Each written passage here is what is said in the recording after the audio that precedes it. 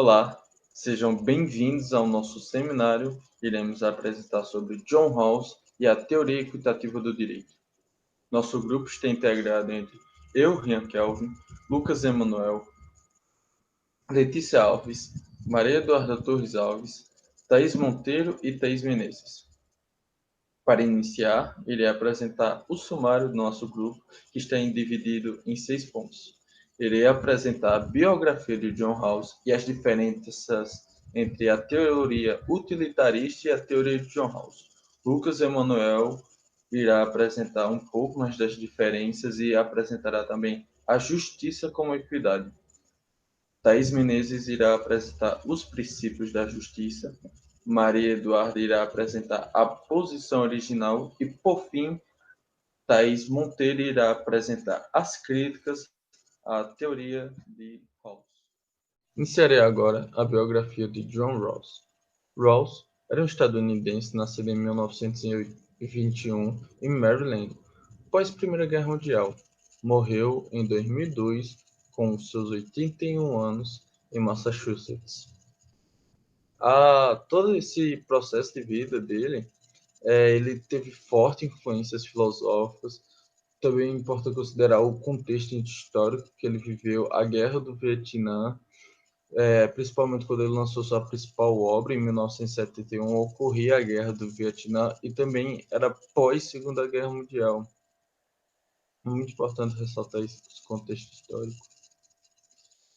Falando um pouco mais da vida pessoal de Rawls, ele se culpava muito pela morte dos seus dois irmãos, pois ele teve uma pneumonia e acabou passando para seus irmãos. Seus irmãos acabaram morrendo e ele acabou se culpando muito e se perdendo um pouco. Porém, ele conseguiu se encontrar na vida, se tornou professor em Harvard, se tornou cientista político e pedagogo. Agora, falando das suas principais obras, de fato, a sua principal obra foi a Theory of Justice, publicada em 1971, e a obra de filosofia política e ética, e também é considerada uma das mais importantes obras políticas do século XX, pois ela tentava resolver o utilitarismo, que era bastante problemático para os direitos individuais. Acho que vai estar aparecendo aqui ou aqui a capa do livro. A teoria também resultou em outra teoria, a teoria de justiça como equidade, que também é bastante estudada e que Lucas falará mais à frente.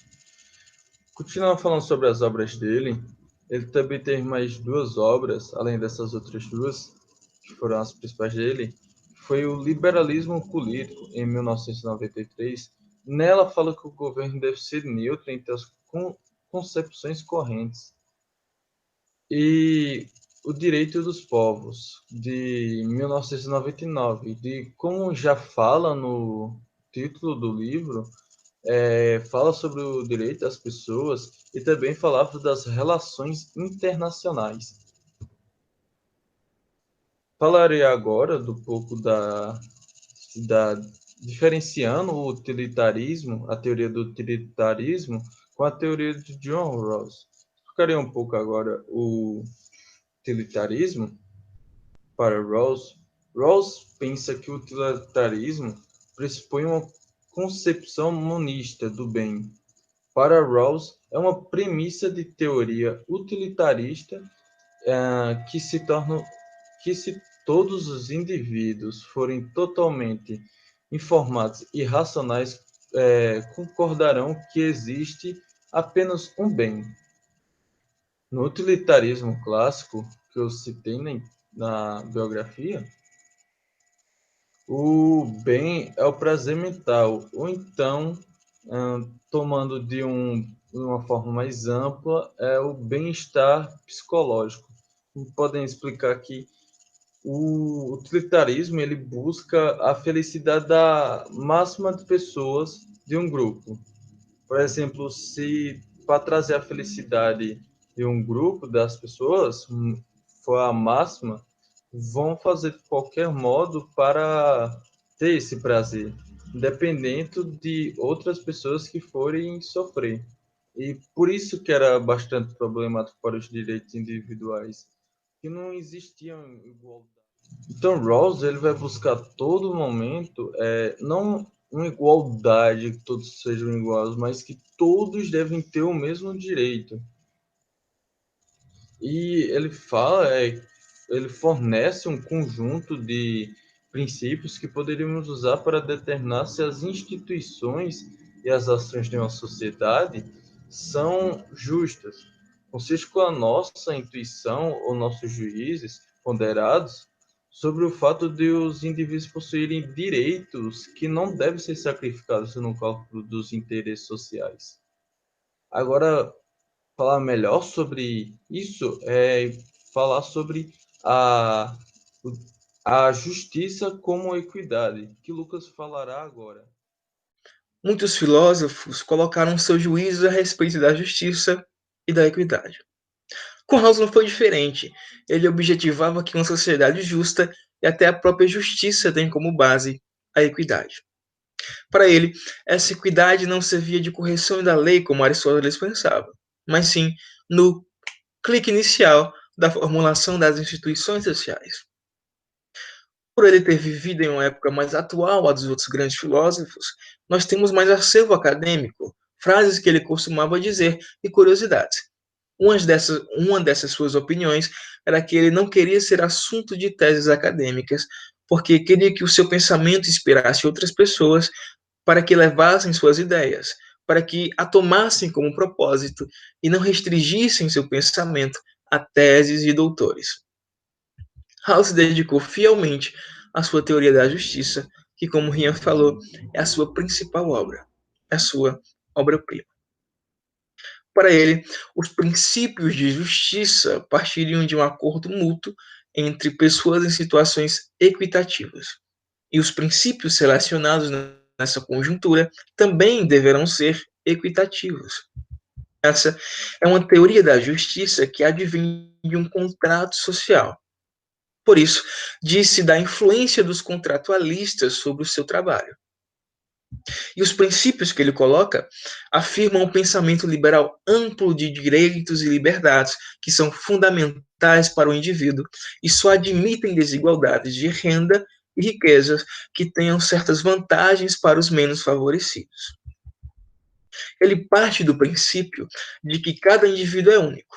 Portanto, somente o contrato social, onde o acordo das pessoas está tido como regramento, para ele não é sinônimo de justiça, porque cada indivíduo vai colocar seus interesses e desejos sobre tal acordo. Então, Rawls cria uma ideia de podermos inibir esses interesses sem sabermos as vantagens e desvantagens do acordo que vamos firmar. Tudo isso por meio do chamado véu da ignorância, que será explicado posteriormente. Os princípios seriam escolhidos por cidadãos em um regime democrático. Elas colocam o poder do justo ou injusto nas estruturas sociais, nos pilares da democracia que advém da liberdade. Ele fala que as instituições têm um poder decisivo sobre a sociedade às quais se situam, ou seja, a partir de suas vontades, elas podem escolher poderes benéficos ou maléficos para a população. Mas essas decisões sempre devem ser benéficas para haver a justiça. É como se todos tivessem o dever, tanto a população quanto o Estado, de praticarem essa justiça. Rawls, em seu livro Justiça como Equidade, ele pontua que, abre aspas, a justiça como equidade não nega o fato de que alguns encontrarão seu bem e, na verdade, dado em seus talentos e aspirações, deveriam encontrá-lo sobretudo na vida política. Fecha aspas. Ou seja, Rawls coloca o pensamento político como fundamental para se ter a justiça em forma de equidade. O contrato hipotético que surge na posição original faz nascer dois princípios. Sobre eles, Rawls fala. São esses princípios que pessoas livres e racionais preocupadas em promover seus próprios interesses, aceitariam numa posição inicial de igualdade como definidores dos termos fundamentais de sua associação. Dessa forma, esses princípios seriam escolhidos em comparação social para tentar mudar a estrutura da sociedade. O primeiro princípio é da liberdade igual, que assegura liberdades básicas e direitos, como a liberdade de expressão, de votar, de religião. Além disso, eles são iguais para todos os indivíduos. Rawls considera que essas liberdades são imprescindíveis, porque criariam um senso de justiça nas pessoas. Assim, cada indivíduo possui a maior quantidade de liberdade possível, mas sem atingir a liberdade do outro. Já o segundo princípio é o da diferença, que se refere à equidade social e econômica. Neste caso, Rawls propõe o meio termo entre capitalismo e comunismo. Portanto, a distribuição não precisava ser igualitária, mas deveria beneficiar os menos favorecidos. Por exemplo, o engenheiro ganha um alto salário e o gari ganha pouco. Isso só seria aceitável se o gari tivesse um bom acesso à educação e à saúde. Além disso, as desigualdades sociais eram aceitáveis se resultasse do exercício das mesmas funções para a qual todos tiveram a mesma oportunidade de acesso. Com esses dois princípios, Rawls pretende proteger a liberdade de cada cidadão e também oportunizar melhorias sociais. É importante destacar que o princípio da liberdade igual deve sempre anteceder o princípio da diferença, pois as liberdades não devem ser violadas em nome da melhoria social, porque é isso que o utilitarismo propõe. Rawls, com isso, ele explica: as violações das liberdades fundamentais protegidas pelo primeiro princípio não podem ser justificadas nem compensadas por maiores vantagens sociais e econômicas. Essas liberdades têm um âmbito principal de aplicação, dentro do qual só é possível limitá-las ou comprometê-las quando entram em conflito com outras liberdades fundamentais. Portanto, esses dois princípios visam a garantir a ideia de justiça como equidade. Assim, a tentativa de equalizar os interesses desiguais, fazendo com que se encontre o melhor caminho para todos. E com isso, alguns filósofos questionam que algumas pessoas, mesmo sem saber seu nível na sociedade, arriscariam escolher somente o princípio da diferença, mesmo estando sob o véu da ignorância. Rawls não acredita que essas pessoas se arriscariam a esse nível.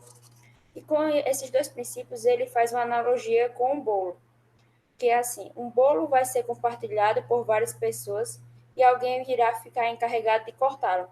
Se essa pessoa for egoísta e sabe que irá ficar com o último pedaço, ela vai fazer com que os primeiros pedaços sejam pequenos para que o dela no final seja grande. Por outro lado, se alguém for alguém altruísta, que sabe que irá ficar com o último pedaço e não gosta de bolo, ele vai fazer com que o seu último pedaço seja o menor. Aí fica o questionamento: como podemos assegurar que todas as fatias de bolo sejam exatamente iguais? Rawls diz que se o cortador não souber com qual pedaço irá ficar, todas as fatias serão exatamente iguais. E é isso que o véu da ignorância fala.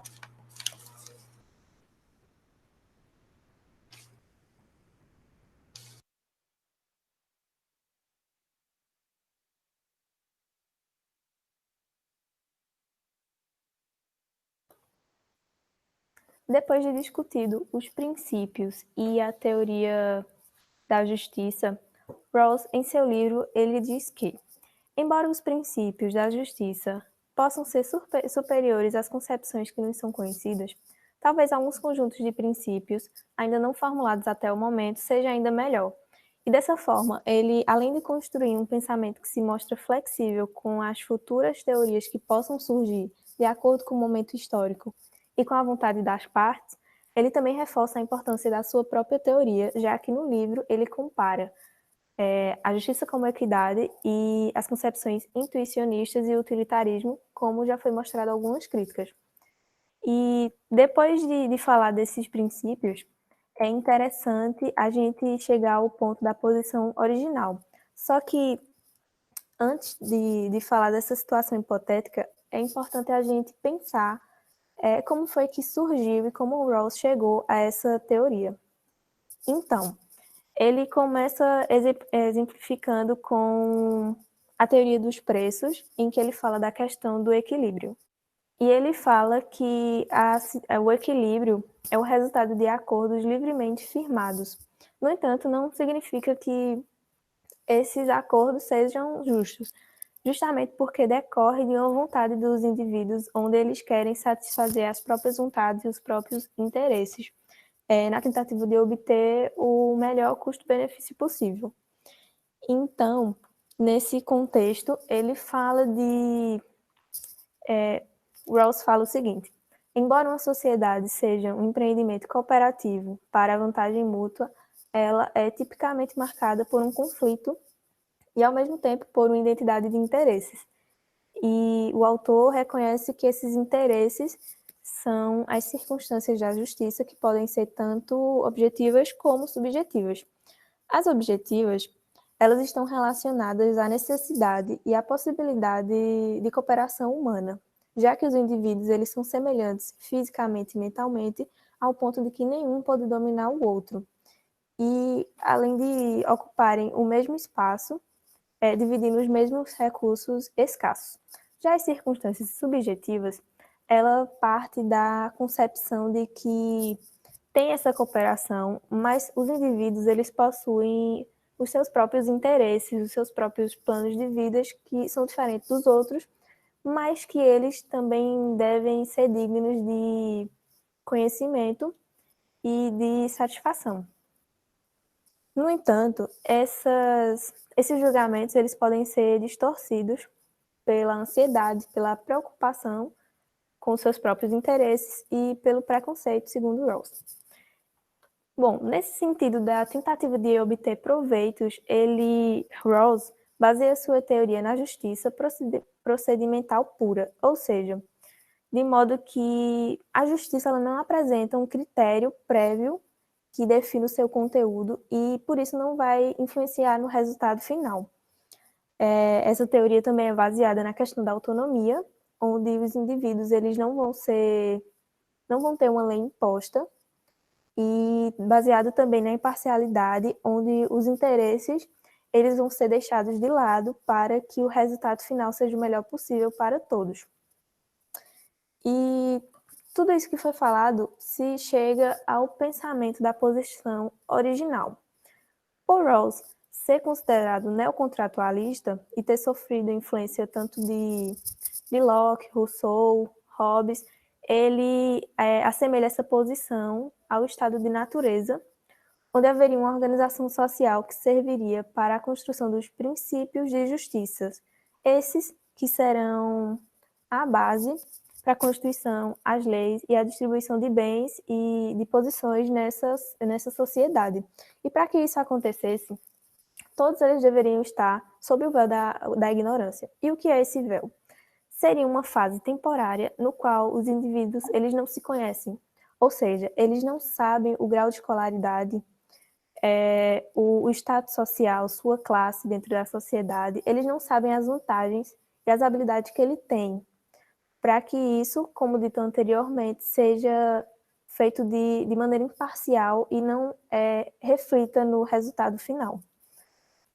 Ou seja, de um modo bem prático, eu não vou saber se eu serei, por exemplo, rico ou pobre, já que se eu soubesse, eu poderia criar uma lei que beneficiasse os ricos, se eu fosse rica, e, nesse caso, prejudicaria os pobres. Mas, como eu não vou saber se eu serei rica ou pobre, eu não vou fazer uma lei específica para um grupo social. Eu vou fazer uma lei que seja tanto bom para os pobres como para os ricos, e isso não vai beneficiar nenhum deles. E como ele diz em seu próprio livro, isso fica de uma forma bem clara. Imagina uma situação na qual os membros fundadores da nova sociedade bem ordenada se encontram em posição ideal, que ele chama de posição original. Supõe que cada um dos participantes seja inteiramente livre, consciente e isento de influências de pessoas e grupos.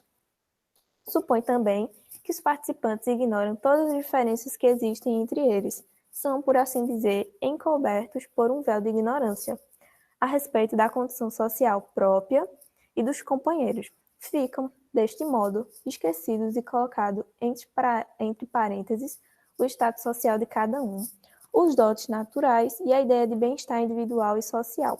Mas ainda, ninguém sabe quais serão as vantagens que terá na nova sociedade.